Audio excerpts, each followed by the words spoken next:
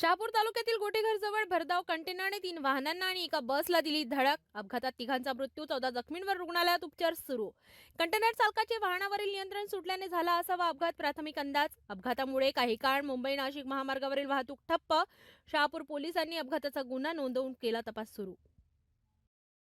समृद्धी महामार्गावर ट्रॅव्हल्स आणि 4 व्हीलर यांच्यात भीषण अपघात. ट्रॅव्हल्स चालकाचा जागीच मृत्यू, 15 प्रवासी गंभीर जखमी. जखमींवर धामणगाव रेल्वे उपजिल्हा रुग्णालयात उपचार सुरू. नागपूरच्या हुडकेश्वर परिसरात मानसोपचार तज्ज्ञाचे 100हून अधिक मुली आणि महिलांचे लैंगिक शोषण केल्याचा आरोप. पीडित महिलांनी तक्रार केल्यानंतर आरोपीला अटक, मध्यवर्ती कारागृहात रवानगी. संगणकात आढळल्या शेकडो अश्लील चित्रफिती. पीडित महिलांना ब्लॅकमेल करून करत होता अत्याचार.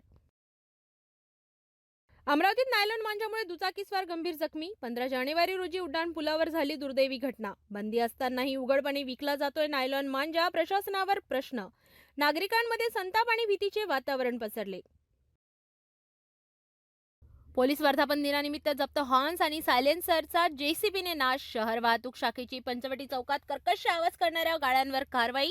वाहतूक शाखेच्या निरीक्षक ज्योती विल्लेकर यांच्या मार्गदर्शनाखाली कठोर कारवाई. शेगाव तालुक्यातील 15 गावांमध्ये केस गळती आणि टक्कल पडण्याचे प्रकार वाढले. आयसीएमआरच्या तज्ज्ञांनी बोडगाव येथे तपासणीला केली सुरुवात. सॅम्पल्स गोळा करण्याचे काम सुरू. आजाराचा शोध लावण्यासाठी वेळेची मर्यादा नाही. आरोग्यमंत्री प्रतापराव जाधव यांनी देशभरातील तज्ज्ञांना केले पाचारण. शासकीय जमिनीत राहत असलेल्या कुटुंबावर अन्याय. 12 वर्षांपासून शासकीय जमिनीवर राहत आहेत नेतनराम कुटुंबीय. रमाई आवास योजनेसाठी ग्रामपंचायतीचे नियम पूर्ण करून प्रस्ताव जिल्हा प्रशासनाकडे पाठवला. मात्र नगर रचना विभागाने ना हरकत प्रमाणपत्र दिले नाही. सहाय्यक संचालक नगर रचना विभागावर हेतू पुरस्पर त्रासाचा आरोप. न्याय न मिळाल्यास 26 जानेवारी रोजी आत्मदहन करण्याचा कुटुंबाने दिला इशारा. मित्रानेच केली मित्राची हत्या. धंतोली येथे भांडणाचे रूपांतर झाले खुनात.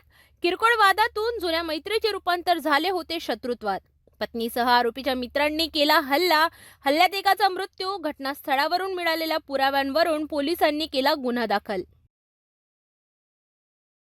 3 दिवसीय क्रीडा व सांस्कृतिक महोत्सवाचे थाटात उद्घाटन. 2500 विद्यार्थ्यांनी घेतला महोत्सवात सहभाग. महाराष्ट्राची संस्कृती आणि विविधतेमध्ये एकतेचे सादरीकरण. आंतरराष्ट्रीय शास्त्रीय नृत्यात क्रमांक पटकावणाऱ्या अवंतिका ताजने यांनी नाटिकेसाठी अनुश्री सुरजुसे यांचा सन्मान. 44 कोटींचा अपहार प्रकरणात फरार प्रणित मोरेसह 4 संचालकांना लोणावळा येथून अटक. ठेवीदारांची तक्रार, नंतर पोलिसांची कारवाई. ठेवीदारांच्या ठेवी परत न करता जनसंघर्ष अर्बन निधीचे मुख्य कार्यकारी अधिकारी प्रणित मोरे होते फरार. 44 कोटी रुपयांच्या अपहारामुळे जनसंघर्ष अर्बन निधी लिमिटेडच्या शाखांमध्ये उडाली होती खळबळ.